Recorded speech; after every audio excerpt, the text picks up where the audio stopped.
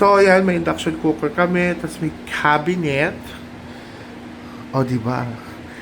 May laman naman ang ating pakainan. Pakainan.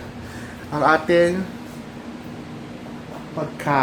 table for work. Pagkakain ka siya. 18. Compared sa mga nabibili na 20k, 21.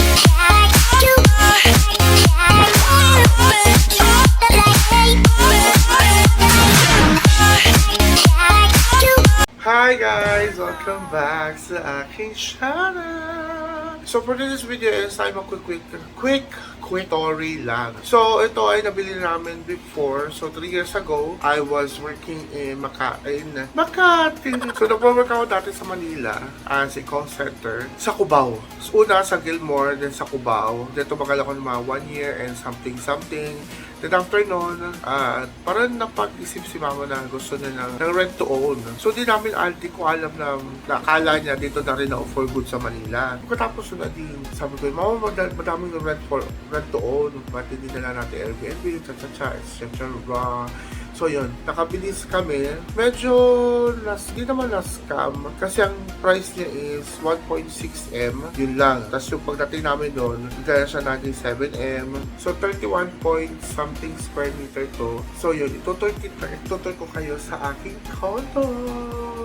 Malakas mo ka-social, diba? So yun, ito na yung ating gate. So ito yung ating pintuan. Pintuan yan, best. Mga pintuan yan. So yun, ayun. So may kita nyo for this video is lahat ng mga nandito sa condo. Okay. Medyo may mga kulang-kulang kasi di namin masyadong pinupuno kasi ipaparent din namin to after 6 months. So nandito lang ako sa condo para lang ma-experience. It's so beautiful. Charis. So yun. Ang una natin is ang ating mahiwagang kitchen. Kaya nagsahin na kasi ako'y kakain natin. Trabaho pa ako 9 PM. So ayan, may induction cooker kami. Tapos may cabinet. O diba? May laman naman. Ayan. O diba? Puro ligo. Ganyan pag nakabili ka ng condo, puro ligo kakainin mo siya. So may sink naman kami. Kompleto naman lahat actually. Plates, may lagayan ito. Yan. Kettle. Induction. So sa condo, bawal daw LPG. So induction pwede. Then here naman, may microwave kami. Kasama ang aking favorite. Tapos may ref din kami. So kundura to. Same to na nasa bahay. Pero yung nasa bahay, medyo aesthetic siya. Kasi magkaiba yung kulay niya. Hindi siya, o diba? Nako-compare naman ang rep namin sa bahay sa Lucena, o diba? So yan. Ayan, kompleto naman. Madami naman sa baba. Then here naman is my living room. Living area na lang. Mas maganda living area. So yan, may sofa kami, may trash bin, yan. Ito yung magandang bag, besh. Nabili ko sa Lazada. Nakita ni mother sa Lacoste. Nagulat siya kung magkano. So yan, Tapos dito naman, bumili ako sa TikTok, actually padating na bukas. Hindi to patungan lang. Patungan lang to. Bumili ako ng parang bilog na table. So yan, ito yung kabit na dadating lang nung Wednesday. So yun, bumili ako nito kasi ito yung maganda daw. Actually, mabilis naman siya. Literal na mabilis. 5G na rin kasi siya. 5G! Nasa limited na siya for 1 month. May router ako. Ito ay Wi-Fi 7 na. Ito yung nakasaksak dito. Then dito naman ang ating pakainan. Ang ating table for work. Pagkakain ka rin. Yun. Magkaiba yun. Sa iba siya. Yun na yun. Dito ako nagtatrabaho, dito ako nag-work. Dito. Dito ako nag-work, dito ako nakain. Then minsan doon ako nakatambay. Minsan sa sofa, so yun. So dito naman tayo sa ating mahiwagang banyo. Tama ko. Yan. Kompleto naman actually sa banyo.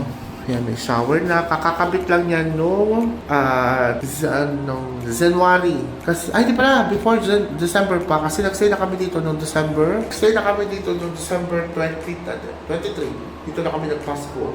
23, 24, 25, 26, hanggang 27. So, yun. So, nakahanda na sa lahat. Gusto pa na rin. Sa. Yun. Tapos, yun. Ito, banyo. Yan. Yung may kulay na yan, binili ko na sa TikTok. Meron yun sa TikTok.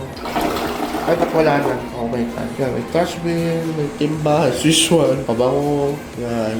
Tapos may map kami, Joy Boss. Joyboss nga ba? Zolele pala, Zolele. Basta nabili ko rin sa TikTok noon. And, ang aking pinagmawala. Oh my God. Kabibili ko lang ito kahapon. So, yun. Dumating na rin siya. Ang aking washing machine. Bumili ng washing machine. Okay naman. Mura lang siya, in fairness. Literal na mura lang siya. 18. Compared sa mga nabibili na 20k, 21. Ito ay 10.5 kilogram na. Oo, 10.5 kilogram na. Tapos ito, pinakabit ko lang din kanina. You know naman, natulog pala. Okay. So, sa next naman tayo. So, next naman is yung one bedroom. Actually, yung binili namin to, one bedroom siya. And, basta nasa 30 or 35. 35 square meter, 32 square meter. Yata, I'm sure. So, yan. Ang ating kwarto, ay madami ng tabak sa taas kasi hindi pa namin nauuwi yung ibang gamit. Ayan. Nabili rin namin to sa SM. Ito, yung double deck niya. Actually, ang tibay niya, promise. Worth it ang kanyang pagkatibay. So, yan. May upuan dito. Nilipat ko lang kasi yung mga nandito. Ito kasi nandito yan sa baba. So, nilagay ko na lang dyan sa kama para at least you know naman. Basta yun. Tapos may cabinet kami, mga beshi. Ayan, ang ganda ng cabinet. O, diba? Ito yung aking China. Ito ko pala pa. Yung Chinese. Galing China na hindi ko pa nababayaran. Wala pang pambayad.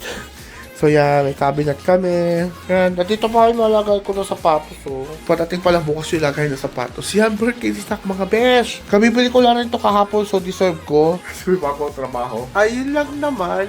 Wala pa naman actually hindi namin kasi ito pwedeng punuin kasi paparent din namin. So, pag pinuno namin, di parang Airbnb type na siya. So, papapahin namin siya for 6 or 1 year, 1 year, that's the longest na, 1 year. So, yun. Kung gusto niyo umupa dito after 6 months, just let me know, just comment down below. Located to sa San Juan City, malapit siya sa Santa Mesa, sa Green Hills, sa Gilmore. Isang sakay lang papuntang Cubao. So, yan. So, yeah. Ito na yun. Ito na yung condo, guys. Ang ating condo. Thumbnail yun. So, yeah. So, mataba na talaga ako. So, yeah. Thank you guys for watching and I hope you enjoyed this video. Please don't forget to subscribe, like, and share mga yan. Share nyo naman ang aking video and subscribe naman kayo mga besties. Okay? Bye!